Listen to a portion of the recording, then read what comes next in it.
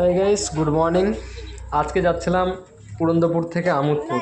আর দেখো মাঝ রাস্তায় একটা চালা ঘর, মানে টিনের চাল কীরকম ভেঙে রাস্তার মধ্যে পড়ে আছে।